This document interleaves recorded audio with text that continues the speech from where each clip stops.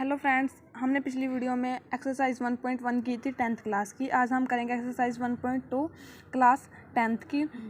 आइए हम question number 1 देखते हैं। प्रश्न नंबर 1 देखते हैं। प्रश्न नंबर 1 में क्या है, निम्नलिखित संख्याओं को अभाज्य गुणनखंडों के गुणनफल के रूप में व्यक्त कीजिए।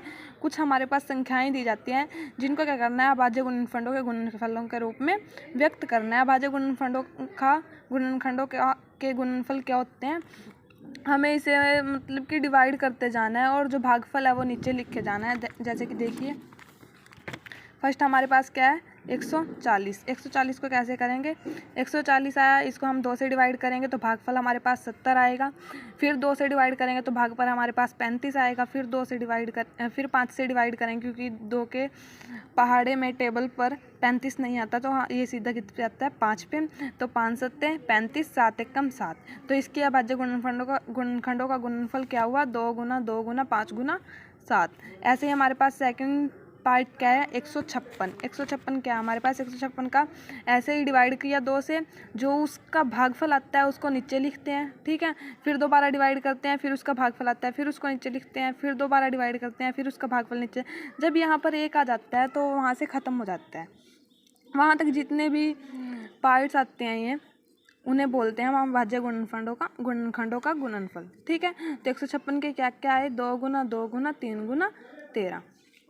ऐसे ही थर्ड पार्ट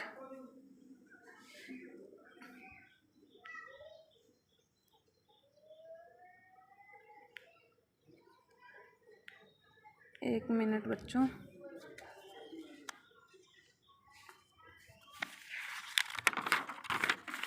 थर्ड पार्ट में क्या करना है, आइए हम थर्ड पार्ट दिखाते हैं। थर्ड पार्ट क्या है हमारे पास 3825 3825 3825 को क्या करेंगे, ये कितने पे जाएगा 3 के टेबल पे, 3 के टेबल पे 3 के पहाड़े पे, ठीक है। तो 3 एकम 3, 3 दूनी 6, 3 सत्ते 21 और 3 पंजे 15। ये हमारे पास भागफल आता है। फिर हम इसको यहाँ लिख लेते हैं, ठीक है। फिर हम इसको डिवाइड करते हैं, फिर इसको भाग करते हैं।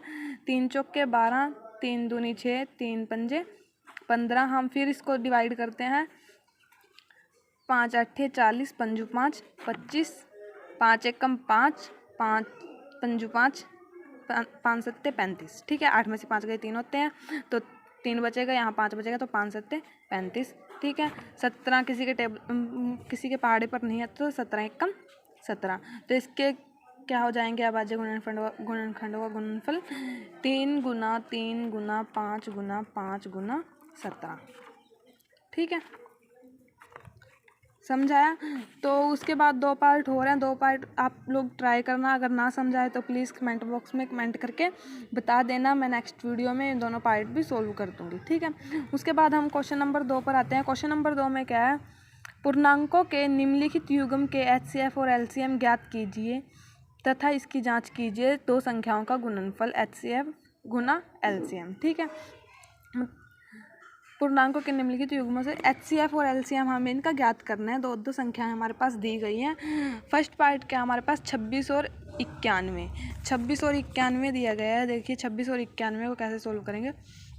26 और 91 तो हम इसे भी वही वैसे ही भाग करना है, वैसे ही डिवाइड करना है। जो जो भागफल आएगा उसको नीचे लिखते रहेंगे।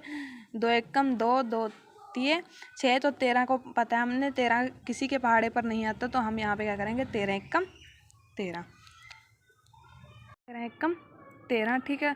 तो 26 के हमारे पास अभाज्य गुणनखंडों के गुणनफल क्या है हमारे पास 2 गुना 13, ठीक है। अब 91 को करेंगे 7 एकम 7 और 7 तिये 21 और 13 एकम 13। तो इसके क्या है 7 गुना 13। तो हमारे पास HCF क्या होता है, HCF हमें याद रखना है कि जैसे हमने 2 संख्याओं के गुणनफल निकाले, ठीक है, गुणनखंड निकाले, तो उनका जो उनमें कॉमन चीज़ होती है, जो सेम होते हैं, कॉमन होता है। जैसे इसमें क्या कॉमन है 13, इसमें भी है 13, इसमें भी है 13, तो हमारे पास HCF क्या आएगा 13, ठीक है। और LCM क्या आता है, अलग अलग है, 2 गुना 7 गुना, और जो कॉमन चीज़ होती है उसको हम एक बार काउंट करते हैं, यहाँ आ जाएगा 13, ठीक है।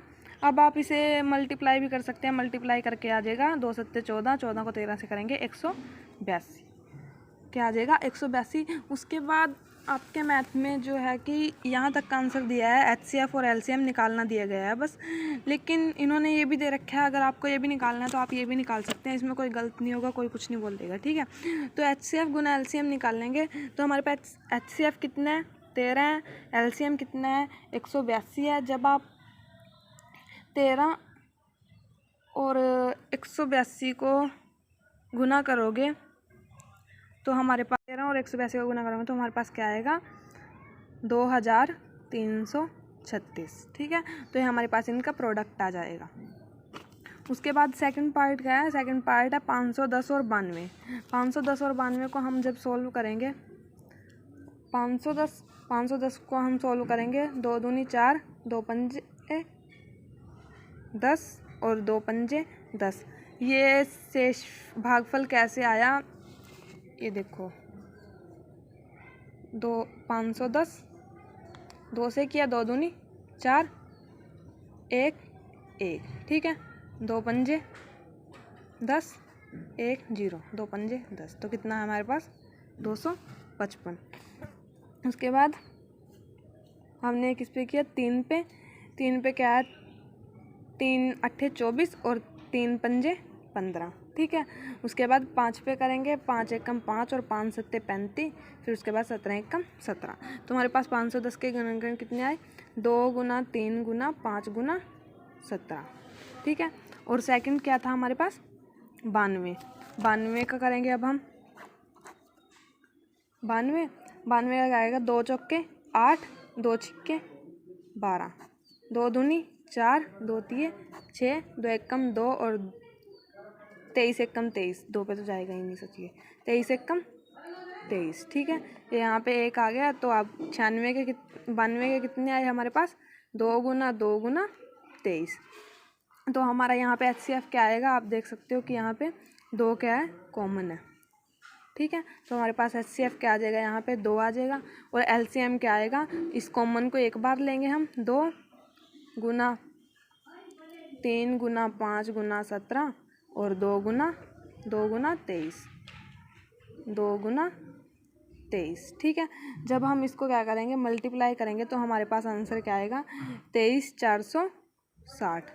हाँ LCM हमारे पास नहीं, LCM हमारे पास आएगा 23460, ठीक है। तो अब यहाँ पे क्या प्रोडक्ट निकालना है, प्रोडक्ट में क्या करना है HCF गुना LCM, तो 23 गुना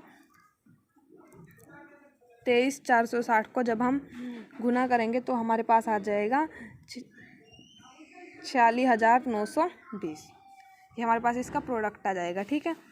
क्या करना है सिर्फ इनके अभाज्य गुणनखंड निकालने हैं, तो उसमें जो कॉमन है वो HCF होगा हमारे पास और जो बाकी बचेगा उसका हम LCM ले लेंगे। आप याद रखना कि जो हमारे पास HCF होता है, जो कॉमन चीज़ होती है दोनों में, उसको हम एक ही बार इससे मल्टीप्लाई करते हैं LCM में, ठीक है। और फिर उनका प्रोडक्ट, इसमें भी सेम ऐसे ही करना है। तो बाकी एक पार्ट रह गया है वो आप सोल्व करके देखना, अगर ना सोल्व हुए तो प्लीज़ कमेंट बॉक्स में कमेंट करके बता देना, ठीक है। उसके बाद हम क्या देखते हैं थर्ड क्वेश्चन में क्या है अभाज्य गुणनखंड विधि द्वारा निम्नलिखित पूर्णांकों के HCF LCM ज्ञात करने। इसमें भी HCF और LCM ही ज्ञात करने हैं अभाज्य गुणनखंड विधि द्वारा, ठीक है। तो अभाज्य गुणनखंड फिर वो ये कैसे निकालते हैं 12 15 और 21 का निकालना है। 12 15 और 21 का कैसे निकाल लेंगे 2 छिक्के 12 और 2 तिये 6 और 3 एकम 3, ठीक है। 3 पंजे 15, 5 एकम 5, 3 सत्ते 21, 7 एकम 7, ठीक है। तो 12 के कितने आए 2 गुना 3, 15 के कितने आए 3 गुना 5, 21 के कितने आए 3 गुना 7। तो आप यहाँ पे देख सकते हैं हमारे पास क्या कॉमन है 3, यहाँ पे कॉमन है, तो हमारे पास HCF क्या आ जाएगा 3 आ जाएगा। और LCM क्या आएगा 3 को एक बार ले लो, जो बाकी बचा है फिर उसको भी ले लो, 2 गुना 5 गुना 7, ठीक है। ये हमारे पास क्या आ जाएगा LCM आ जाएगा, आप इसको मल्टीप्लाई कर लेना, ठीक है। उसके बाद क्या है पार्ट नंबर सेकंड में क्या है 17 23 और 29। 17 23 और 29 का निकाल लेंगे तो 17 किसी के टेबल पे नहीं आता, किसी के पहाड़े पे नहीं आता, तो 17 एकम 17, 23 एकम 23, 29 एकम 29। ना 23 किसी के पहाड़े पर आता है और ना ही 29 किसी के पहाड़े पर आता है, ठीक है, किसी के टेबल पर नहीं आता। तो हम यहाँ देख सकते हैं कि इसका HCF हमारे पास क्या आ जाएगा 1 1 1। 17 गुना 1, 23 गुना 1 और 29 गुना 1। तो हमारे पास HCF कितना आ गया 1 और LCM कितना आ जाएगा 17 गुना 23 गुना 29। LCM आ जाएगा हमारे पास 11,339।